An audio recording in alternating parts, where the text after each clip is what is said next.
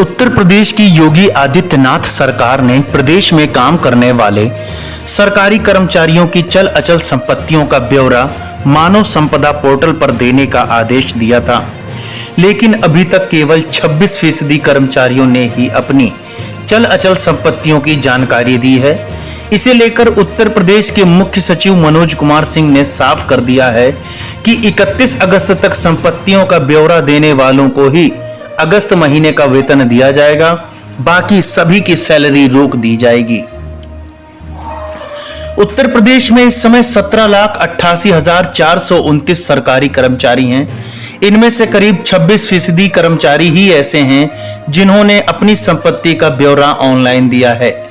राज्य सरकार में कार्यरत आईएएस और पीसीएस के बाद अब सभी श्रेणी के अधिकारियों और कर्मचारियों के लिए चल अचल संपत्ति का ब्यौरा ऑनलाइन देना अनिवार्य हो गया है।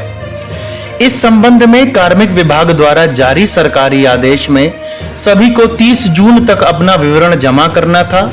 कहा गया था कि 30 जून तक ब्यौरा नहीं जमा करने वालों को प्रमोट नहीं किया जाएगा और फिर इसकी समय सीमा 31 जुलाई तक बढ़ा दी गई, लेकिन फिर भी अगस्त महीने में 74% कर्मचारियों ने अपनी जानकारी नहीं दी।